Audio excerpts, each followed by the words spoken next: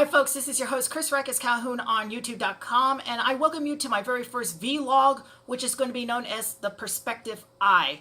Now, first of all, for this episode, this is going to be basic though, my introduction though, but there's one question you people have in mind. Whatever happened to the old Chris Reckes, aka Mario Cyrasco 2nd, and Mario Cyrasco EX?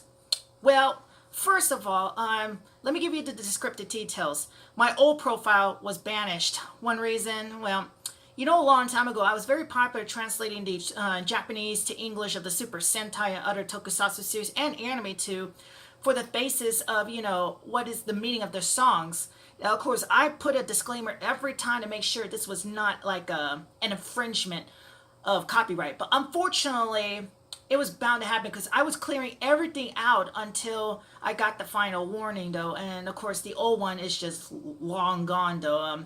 Because if you might want to know also, I had the videos pertaining to the Jeopardy International Challenge, Sale of the Century, Sonic Combat, the second iteration from the very first one that I did when I was Mario Cyrasco II, and Okami Daiboken and all of this sorts, and of course the recently edition Compare and Contrast, where I compare and contrast different Wheel of Fortunes from around the world. Well, like I said, all of it went to shit when, of course, that was like the final straw. But you see, yeah, I know it's kind of iffy when it comes to all that shit and stuff, but you see, now I got a new channel, and just for your information, I'm still the same Chris Reckes. I just added Calhoun for a reason. Now, first of all, that name, Chris Reckes, some of you are going to be asking, how in the hell did you get that name, a creative name? Well, we all know that my real name is Chris, but I spell it differently, and then the name Reckes is, it's actually a German last name pertaining to the spelling. In German, it's known as R-E-I-C-H-E-S, and it's pronounced Reikes. But you see, what really shocked me when I heard from a translator on Google, it actually pronounced Reikes. It's more like an Irish sense, but again, being creative and all, this actually was a big fitting to me, considering I kind of grew out of the old Mario Cyrasco face and into a more different aspect. So it's going to stick though. So if you would say something in a WWE kayfabe world, Mario Cyrasco has been buried by The Undertaker. I know that sounds corny, but you could say that. It's buried now.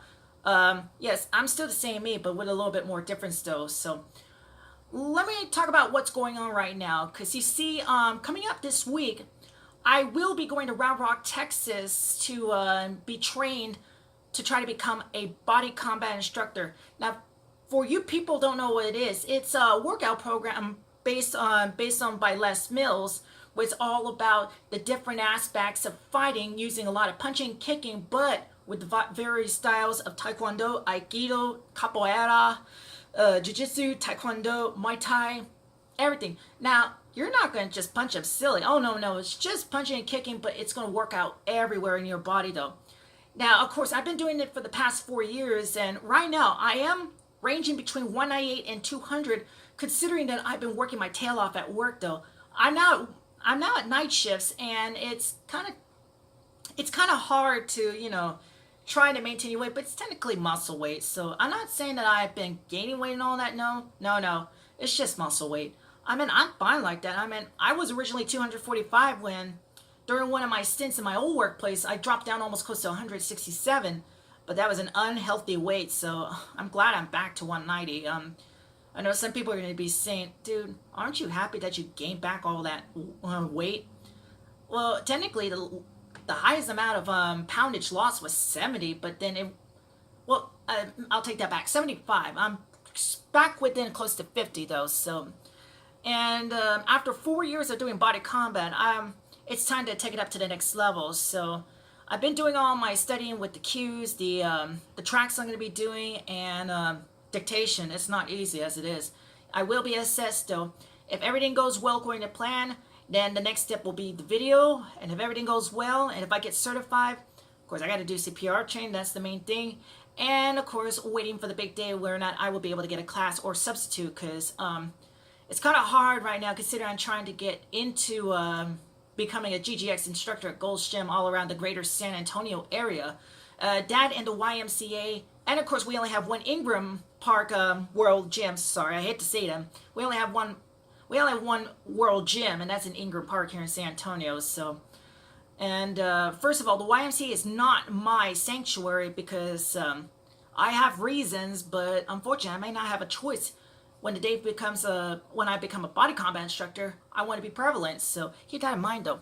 So I'm going to be uber busy, so that means my projects are kind of going to be slowed down. But speaking of projects, let's get on with something. The Jeopardy International Challenge, not anymore. It's the Jeopardy Masters Challenge. It was a question that kind of boggled Matthew V, who is actually the voiceover to Sonic the Hedgehog for the coming series, though. I kind of made it like an amalgamation where I combined the International Challenge, but ever since the stoppage in Game 4, the hardest part was trying to find a lot of women becoming contestants to voice female characters for the other rounds and all that. Considering I wanted to do an all-girls battle royale, but the previous video I talked about was how the structure was for the Jeopardy Masters Challenge. You already heard that in the first part. If you haven't seen the first part of the Jeopardy Masters Challenge, go find it and then see for yourself, though. Rules are a little iffy, though, because it's a round-robin format. Because if the champion wins, he must defend his title for the maximum 5 days. If he can survive, then he can move on to the finale for a chance at 50 million rings and bragging rights, of course. But he will be an ultimate champion. That is if another person wants to knock him off silly, though. However, if he loses one game but goes in second place, he has to cut his winnings and do it again, start back from scratch. But the winnings that he cut in half, he'll still keep the winnings, he or she, beg your pardon. Unless, of course, if you go to third place, you might lose your winnings, and then, of course, you have to wait 1 week and get a strike. 3 strikes, you're out. That means you cannot participate anymore. So, but, rules are iffy, though, if you can say that. Of course, I made changes to the Jeopardy Masters Challenge. It's now 4 rounds, standard, double, and a specialty of Double Jeopardy. Standard Jeopardy, that's round 1. Round 2 is Master Jeopardy, which I created that title. It's known as Double Jeopardy. And then another Double Jeopardy variety known as Ultra Jeopardy, where it's only 4 clues with the higher amounts and a lot of risk, though. As for Daily Double, same thing. Standard Jeopardy, 1, 2, and double. But in Ultra Jeopardy, no daily doubles. I'm going to give it to you straight up because I am going to post that for the third part, though. Also, we have like a variation of the Russian variety known as the question auction. In Russian, known as Vopros Auktion. My version is known as the betting war. It is the same from the Russian series Svaya Igra, where third place must be asked whether or not he can bet some, or what they call in Russian, vabank, all in. Of course, the other person who is in second needs to call vabank or anything other rings that to up it up, or he passes. And the third one, if he calls vabank, he has to play it. However, if he bets any other amount of rings, it continues on until one of them says pass, and then the last one will have to answer the question. If you ever seen Svaya Igra, it is a very great game show in Russia. Although we got a lot of tensions between the U.S. and Russia, thanks to that motherfucker Donald Trump. I don't give a shit about that motherfucker. Still, I love the game show. No offense to you, Russians. You do a great job on Svaya Igra. You got a lot of intelligence there, so keep that in mind, though. So it's like the variety in Svaya Igra. Ultra Jeopardy, it's like Svaya Igra. They do have a third round. But this one with only 4 categories and the amounts I just talking about, a little bit more the risk. It came from the air version of Jeopardy known as El Mahak. And it's a very interesting twist, though. So, and again, the currency is in rings. So, Sonic currency, if you can catch my drift, though. So, now, if you want to put it in kayfabe fashion, $1 gives you 10 rings. Is it a lot? Yes, but still, if they were using rings in the Sonic world, they're actually still living good. So, I'll just say something like that, though. So, 50 million rings is just technically $5 million if you translate it. So, and rings, you don't get taxed. But sometimes the the taxation, if you were to put it in a Sonic World perspective, kind of a little regressive, you know, like in the form of Scandinavia, but they do a lot to help their people if you were in the Sonic World, aka Mobius. But that's how it is with the Jeopardy Masters Challenge right now. The first episode I'm still working on is between Derek Wasserblaven, aka Hans Derek von der Tees, who was originally an anthropomorphic animal, is now like an animalistic robot. He's still the same, but he's more robotic because if you want to put it again in kayfabe's perspective, Derek was not feeling too well and in the process had a very bad disease, and the only way that he would continue living is to be a robot. So, well, again, not kayfabe. If it was like in a realistic expertise, because Derek was 24, now he's 2 years robotics. So, and then you got the first champion or the first winner of the Jeopardy International Challenge, Sonic the Hedgehog from the South Islands. He's playing against also his rival, who was the third round winner of the International Challenge, and that is Shadow the Hedgehog. And of course, Matthew V is the voiceover Sonic. Daniel Monahan not only plays Shadow, but he's also going to play Torfin.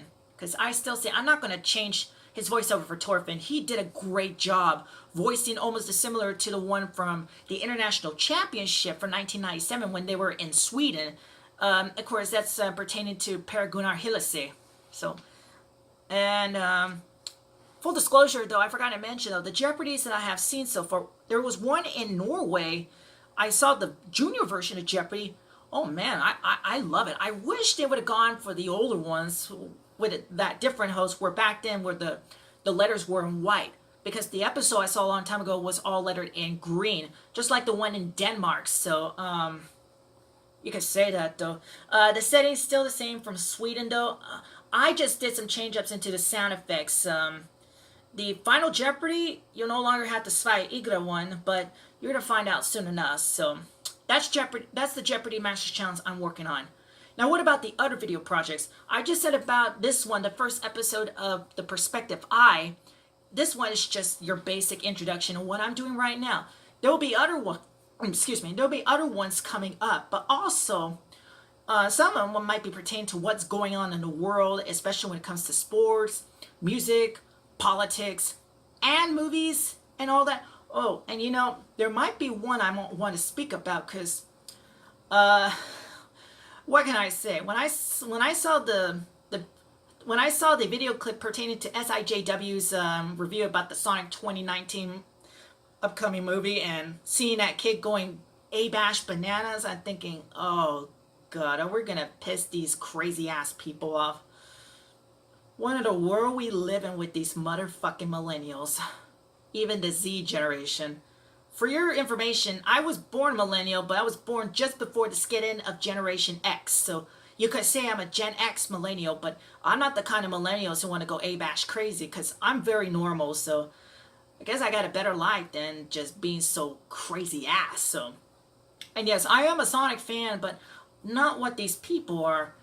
And probably in my upcoming vlog pertaining to what's going on with the Sonic movie, and of course the video game adaptations, it's going to be part of it though, but it's going to be a major focus. It's going to be something. So also I am still going to do compare and contrast.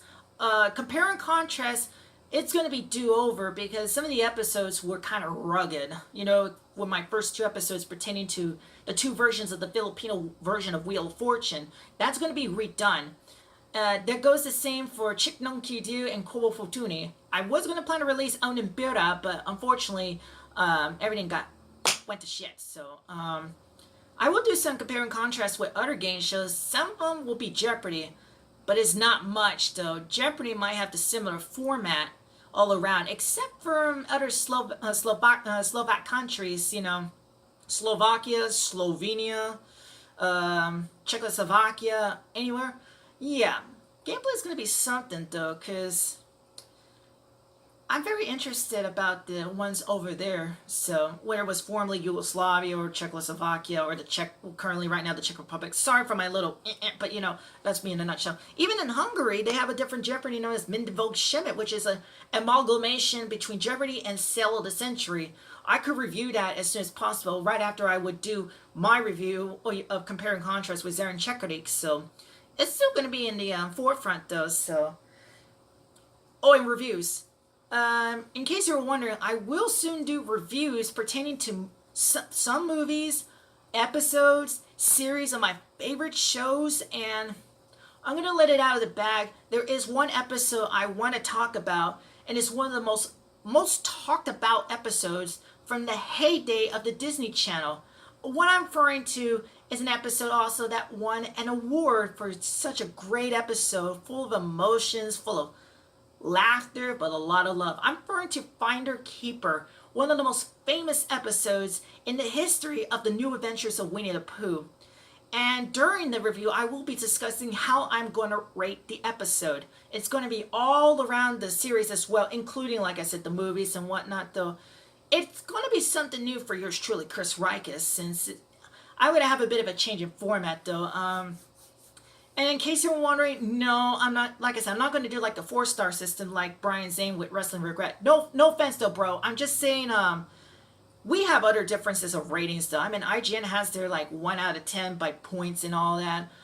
Mine's, you're going to have to wait and find out, though. But in the end, all I got to say is it's something new, something to pertain to, and whatnot.